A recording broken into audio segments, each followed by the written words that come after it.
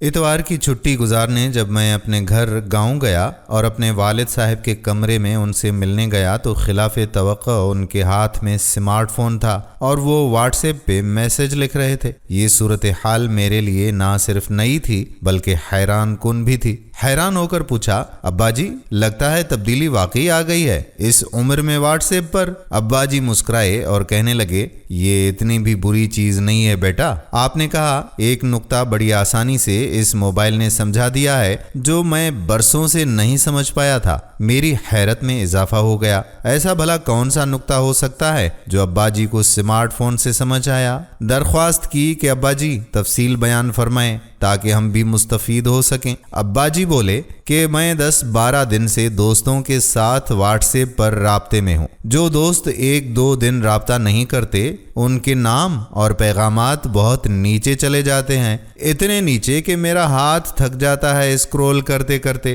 اور جو رابطے میں رہتا ہے وہ لسٹ میں سب سے اوپر رہتا ہے۔